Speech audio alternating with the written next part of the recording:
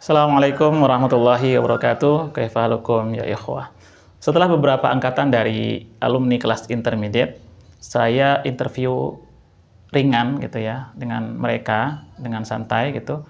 Saya menemukan satu problem ketika hendak belajar baca kitab kuning. Itu mereka ketika hendak belajar ada problem. Yang masalah ini lumayan menyulitkan pemula dalam praktek baca kitab kuningnya.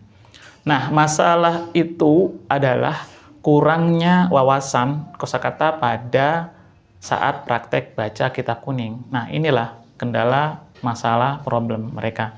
Maka kendala tersebut kemudian berefek pada kesulitan pula menentukan mahallul i'rab atau kedudukan kalimah di dalam kitab teks baca kitab kuningnya.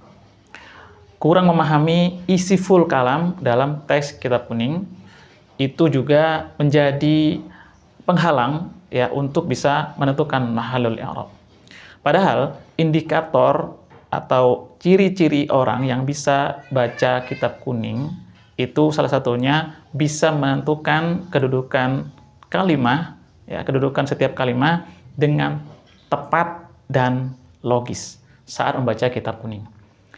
Akibat dari kurangnya wawasan kosakata yang mereka miliki itu ya, mempengaruhi juga terhadap pemahaman isi kitab yang sedang mereka baca. Jangan-jangan apa yang dimaksud dari penulis dari kitab kuning yang kita baca ya, tersebut itu tidak bisa kita cerna dengan baik sehingga memunculkan kesalahan-kesalahan yang fatal gitu ya. Oleh karenanya, wawasan kosakata kitab kuning itu menjadi sangat-sangat penting, perlu senantiasa kita tingkatkan setiap harinya. Nah, salah satu caranya yaitu dengan membaca kitab yang sudah ada terjemahannya. Jadi kitab kuning yang sudah ada terjemahannya, lalu kita cerna manakah kosakata yang bermakna A ketika digabungkan dengan kosakata B dan C.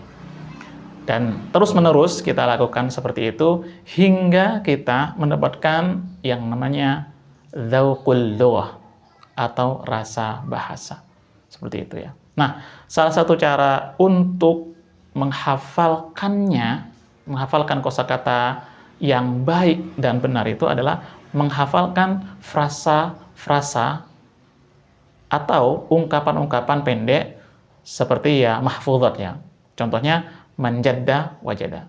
Nah, siapa yang bersungguh-sungguh akan berhasil. Siapa yang sungguh-sungguh berhasil. Atau menghafalkan penggalan-penggalan terjemahan kitab kuning beserta teks Arabnya. Nah, ini contohnya ya. Demikianlah dosa-dosa itu menyebabkan kerasnya hati. Awalnya adalah bisikan, kemudian menyebabkan hati menjadi keras dan tertutup. Tapi jika bisikan buruk ini muncul sedari awal, bukan setelah dosa yang engkau lakukan, berarti itu datang dari sisi setan. Inilah yang kebanyakan terjadi.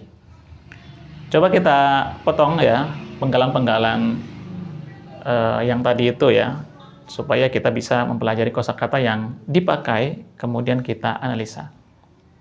Tuaddi ini bisa bermakna menyebabkan karena memang konteksnya menghendaki demikian ya. Tuaddi di sana tadi itu bermaknanya adalah menyebabkan. Mungkin itu sekilas contoh dari cara menabung wawasan kosakata untuk menunjang belajar baca kitab kuningnya. Seperti ya. Bagi antum yang ingin belajar lebih banyak lagi dan ingin cepat bisa baca kitab kuning, silakan bergabung di kelas intermediate, kelas kita ya. Infaknya sangat-sangat terjangkau, plus ada diskon 40%. Insya Allah, jika sudah merasakan hasilnya, betapa efektifnya kelas ini, maka infak yang antum berikan akan sangat-sangat berarti bagi pengembangan skill ya, pengembangan keahlian antum dalam membaca kitab kuningnya. Untuk mendaftar bagaimana caranya? Caranya silahkan klik link WhatsApp grup di bawah ini untuk masuk. Kemudian nanti masuk langsung otomatis pada grup Kitab Kuning ya, pelatihan baca Kitab Kuning. Kemudian hubungi admin grup untuk mendaftarnya. Baik, mungkin sampai sini dulu pembahasan kita untuk kali ini. Silakan bagikan pengalaman antum sekalian. Apa saja kesulitan-kesulitan baca Kitab Kuning yang pernah dialami oleh antum sekalian. Insya Allah saya akan menjawabnya satu persatu, membalas komen-komen antum semuanya di bawah video ini semampu saya.